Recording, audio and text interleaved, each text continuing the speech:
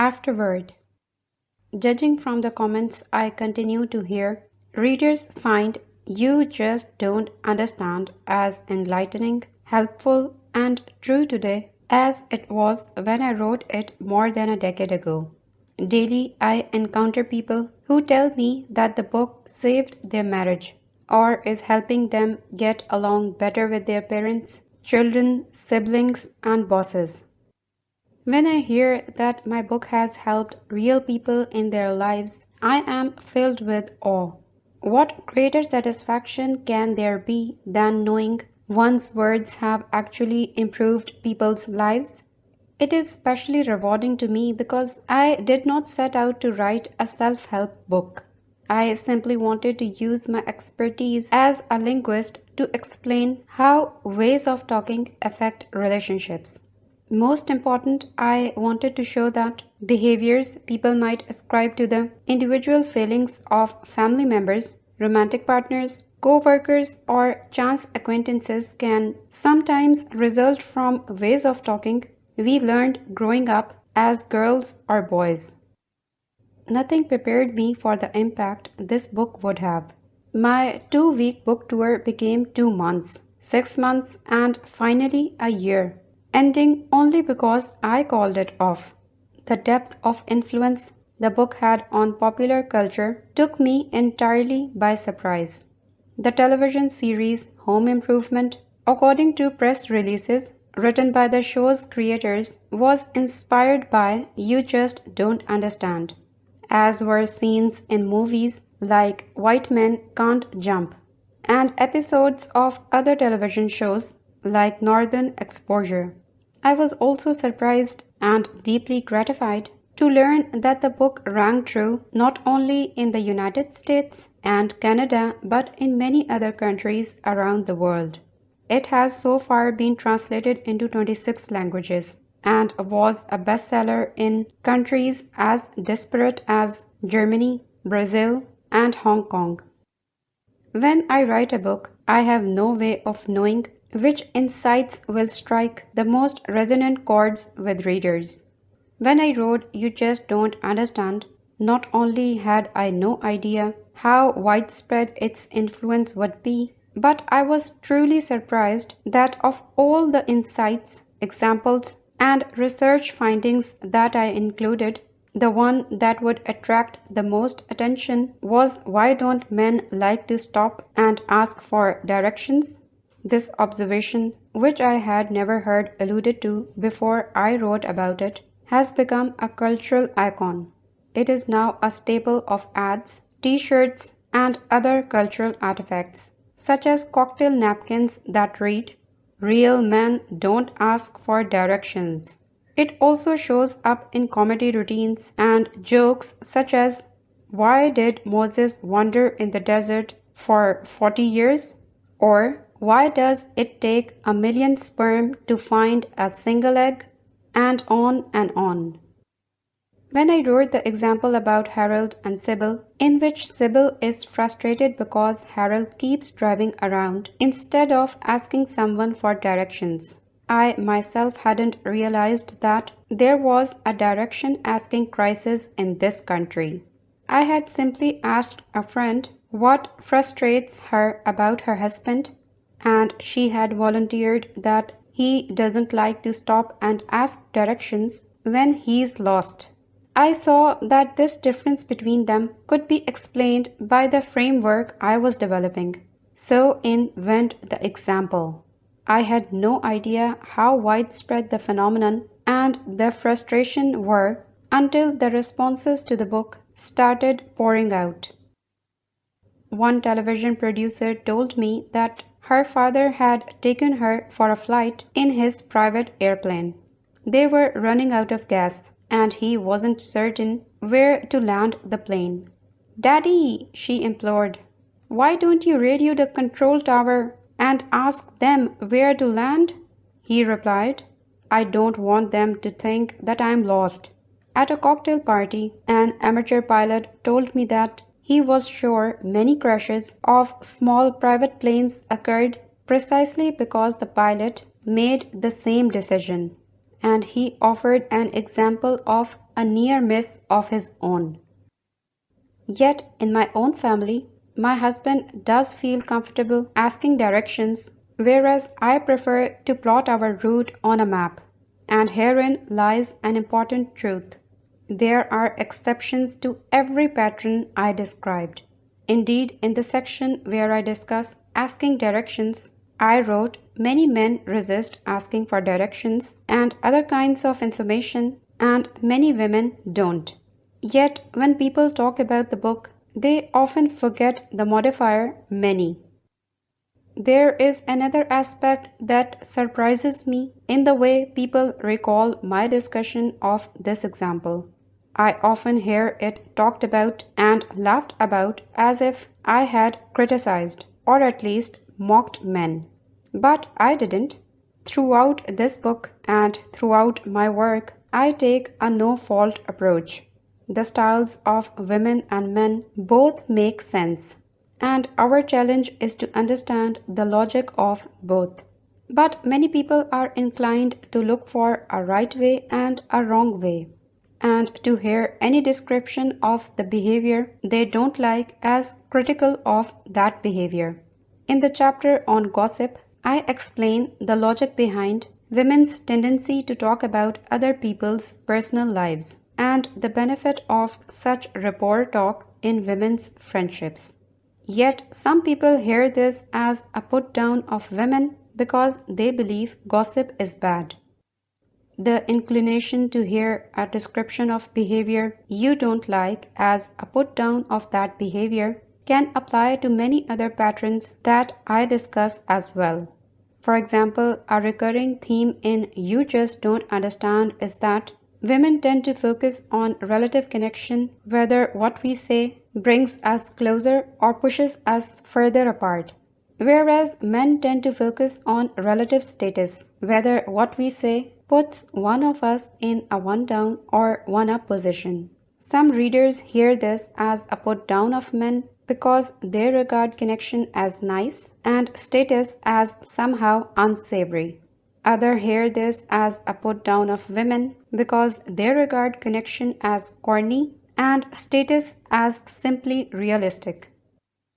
In my view, all these conclusions are unjustified.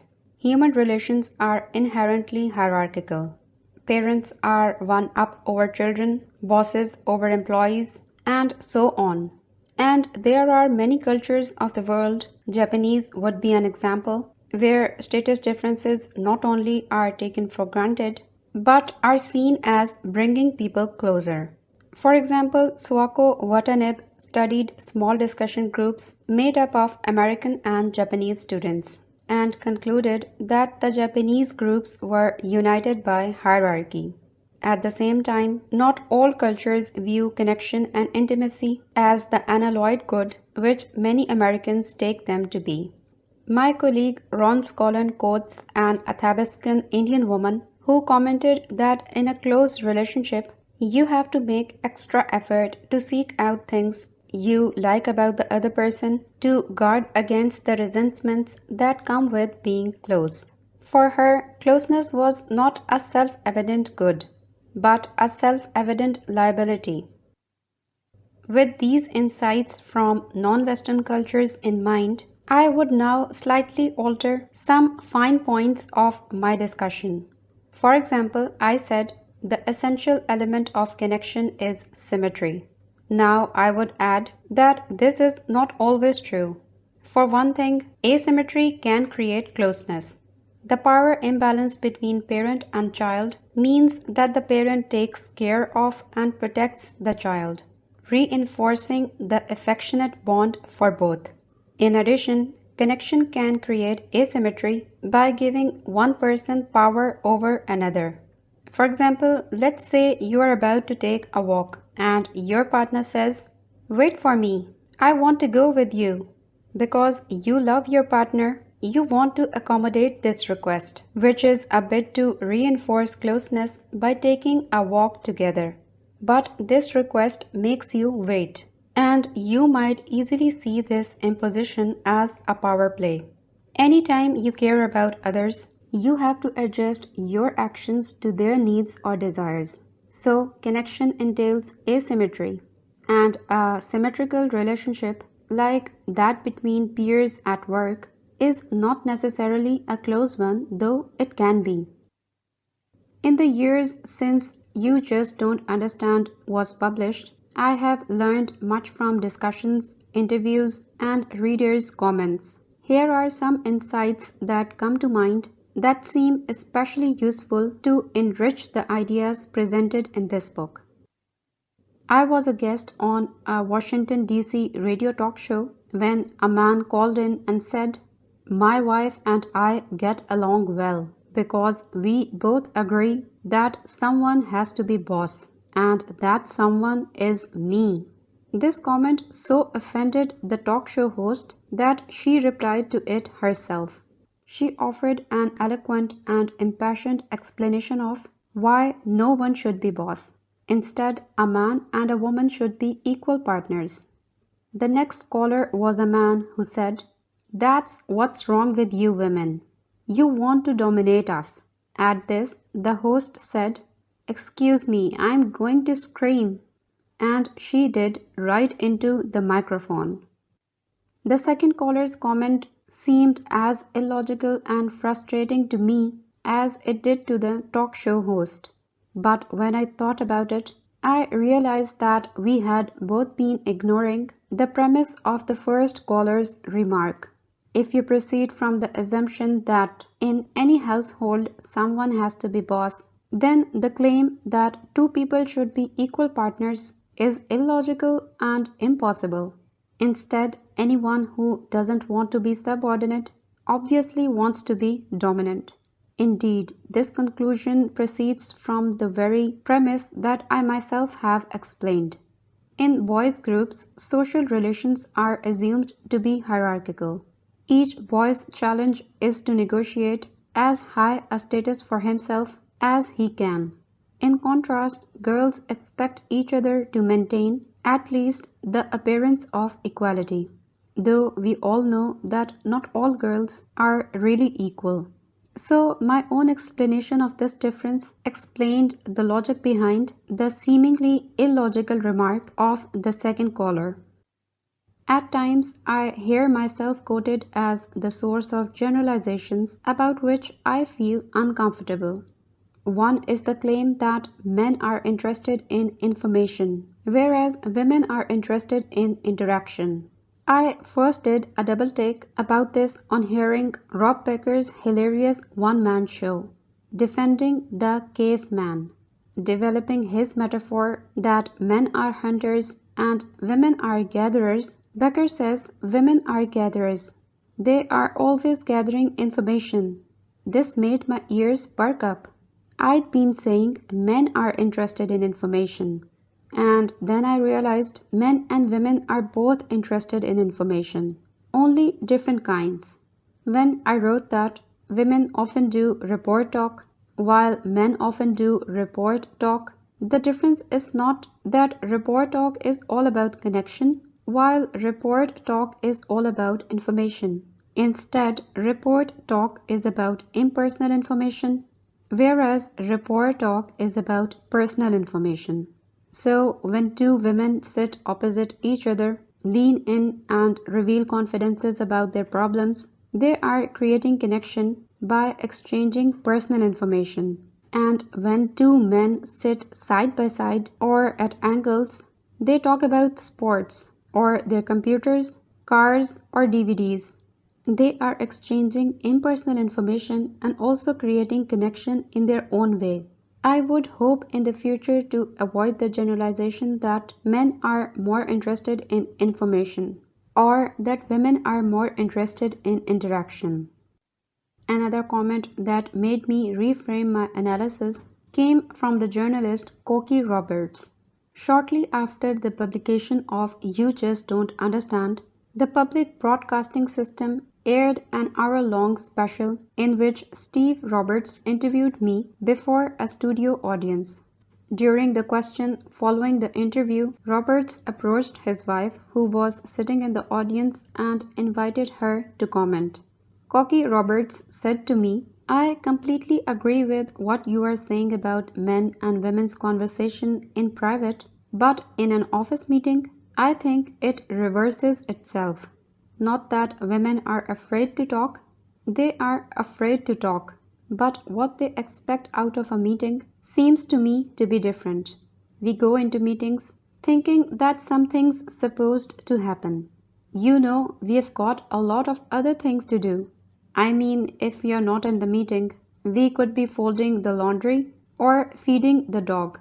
And you sit in those meetings where these men have these mysterious conversations that, as far as I can tell, mean absolutely nothing.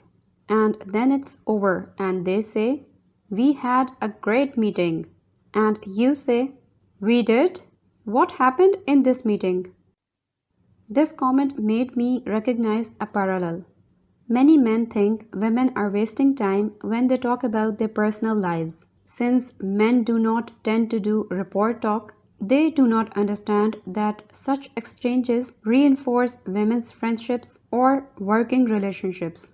At the same time, many women think men are wasting time exchanging impersonal information and displaying knowledge because they don't understand how report talk exchanges negotiate men's friendships or working relationships.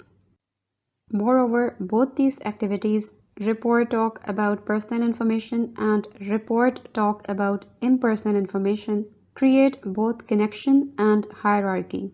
Boys connect to each other through friendly competition, and girls compete in their quest for connection. This becomes crystal clear in a pair of conversations among preschool boys and girls at play that were captured on videotape by Charthouse International for inclusion in my training Video Talking 9 to 5, and to which I also refer in my book. Only say this because I love you. Three small boys are huddled together in a playground tunnel and talking about how high they can throw a ball. "Mine's all the way up to here," boasts one. "Mine's up to the sky," claims the second. "Oh man," the first boy exclaims, laughing with delight. Not to be topped, he makes a comeback. "Mine's up to heaven." Again all three boys exclaim and laugh in appreciation. And then the third little boy serenely tops them all. Pointing upward, he says, "Mine's all the way up to God." The boys are competing, but their competition is part of their play, creating connections. It's not mean-spirited or nasty, as the word competition can connote. It's good-natured, friendly verbal play, a conversational ritual they enjoy because it's familiar and shared, and it gives them practice in using language to negotiate their place in a hierarchy. Contrast this with girls at play, as captured in another clip from the same training video. Two little girls are sitting at a small plastic table, drawing with markers. Suddenly, one little girl stops drawing, looks up, turns to her friend, and announces, "Did you know my babysitter, called Amber, has already contacts?" As in contact lenses. After a slight pause, the second little girl responds enthusiastically, "My mom has already contacts, and my dad does too." At this, they both laugh with pleasure. Notice that the second girl has matched not only the action, wearing contact lenses, but also the peculiar syntax, "has already contacts." The girls go back to drawing, but then the first little girl looks up again and exclaims with evident excitement, "The same?" The girls show as much delight about being the same as the boys do about topping each other. They too are enjoying a conversational ritual that is familiar and shared, but theirs gives them practice in using language to emphasize their similarities. And the girls are exercising their imaginations as well. I would not be surprised if the second girl's parents didn't wear any contact lenses any more than the boys could throw a ball to heaven and to God. And just as the boys are extremely cooperative in their competitive verbal play, Girls can be competitive about creating connections. For example, girls often compete about who is closer to a popular girl.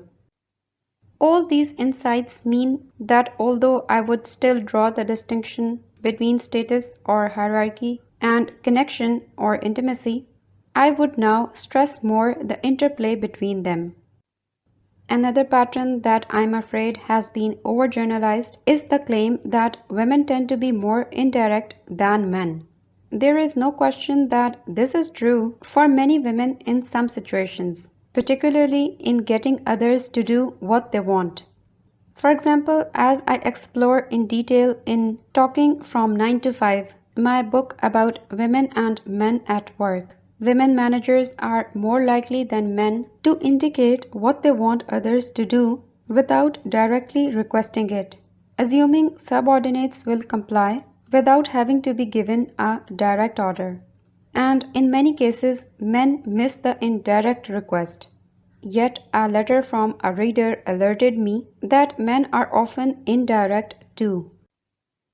The reader commented on the scenario I described in You Just Don't Understand, where a woman wants to talk about a problem as a way of creating and reinforcing closeness, and a man frustrates her by telling her how to fix the problem. He pointed out that when a man hears a woman describing a problem and he offers advice on how to fix it, he probably assumes that he's been asked to solve the problem. Why else would she tell him about it? He makes this assumption because he would not tell about a problem just to create connection.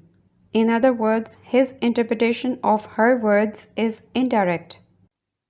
With this insight in mind, I realized that another scenario I described in You Just Don't Understand also hinges on men's rather than women's indirectness.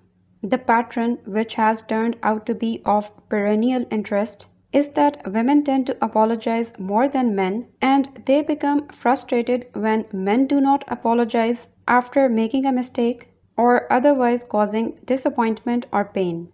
As I discuss in I Only Say This Because I Love You, it dawned on me one day that women's frustration with men who refuse to apologize is parallel to men's frustration with women who refuse to make requests directly. Again, it was a reader's comment that awakened me to this insight. Women who come out right and say, I'm sorry I did that, I made a mistake, are being direct. Men who prefer to avoid saying those words but show their regret in other ways, such as, I guess I wasn't much help, are being indirect. I first saw this parallel when a man, a journalist who was interviewing me, commented that when his wife tries to get him to do something without asking directly, he often knows what she's getting at, but resists complying because he feels she hasn't asked properly. I realized this is just like the woman who knows her husband regrets having let her down but isn't satisfied because she feels he hasn't apologized properly. Women are often more direct, not only about apologizing, but also about saying they were hurt, whereas men are often reluctant to say so in so many words. In fact, an example of this pattern appears in You Just Don't Understand. A college student, Winston, is talking to his friend Timothy. Timothy is married, but Winston is not in a romantic relationship. In discussing this disparity, Winston says, I think a lot of people start off like maybe when they're young. They might have the attitude of what they think is 100% give, and then they get torched, or what they think is torched. And it's liable to just, give them, a pretty shy attitude towards it for a long time. As I comment there, it seems likely that Winston is implying that he gave 100% to a romantic relationship that did not work out, and that is why he is not in one now. Examples like this show that it's not so much that women are more indirect than men. Women are more indirect than men across the board, but women and men tend to be direct or indirect about different topics. I have gained much insight over the years, not only from readers' comments but also from their questions. The question I am most often asked is whether these differences I describe are biological or cultural. In other words, is it nature or nurture? What intrigues me more is why are we so obsessed with picking these influences apart? Perhaps one explanation lies in a gender pattern I have noticed. Those who ask this question usually feel they know the answer. Either they are convinced that differences between men and women are all or almost all biologically based, or they are convinced that the differences are all or almost all culturally shaped. And it tends to be men who assume it is all biology, and women who assume it is all culture. This division in itself is interesting. Many people seem to assume that if gender differences are biologically based, then it can't be helped that there are few women CEOs and that most women do more than their share of housekeeping and childcare. If it can't be helped, this reasoning goes, then men are relieved of guilt, and women's hopes to remedy such inequities are doomed. On the other hand, other assumes that if gender differences are culturally based, then anything we don't like can be changed tomorrow.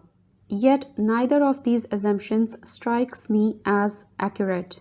Biological influences does not mean patterns of behavior can't be changed, and cultural influences are extremely deep and difficult to change. My own research does not provide an answer to the biology versus culture conundrum. My training in research and linguistics equips me to observe, describe, and explain patterns of speaking, not to investigate their source. My opinion, though, is that patterns of human behavior, both with relation to gender as with other types of behavior, are an inextricable combination of biological and cultural influences. Our challenge, as I see it, is to see the patterns of behavior as they exist. That understanding then provides a starting place to make any changes we wish to make, both in the public sphere and in the personal relationships that are so fundamental to our lives. All the expansions and clarifications I have discussed here have been occasioned by readers' comments and questions. Both professional readers, such as journalists and radio and television producers, and the readers whom I encounter either by chance or after my lectures. For me, this has been the most deeply gratifying reward for the unforeseen success of You Just Don't Understand. The privilege of having so many thoughtful, generous people read and engage with my ideas. Those who take the trouble to tell me their reactions add to my own understanding of the ideas I present by letting me hear their insights and by allowing me glimpses of their personal experiences. I am grateful for these gifts of insight and of entry into their lives. Therefore, it is to my readers that I dedicate this reprinting of You Just Don't Understand.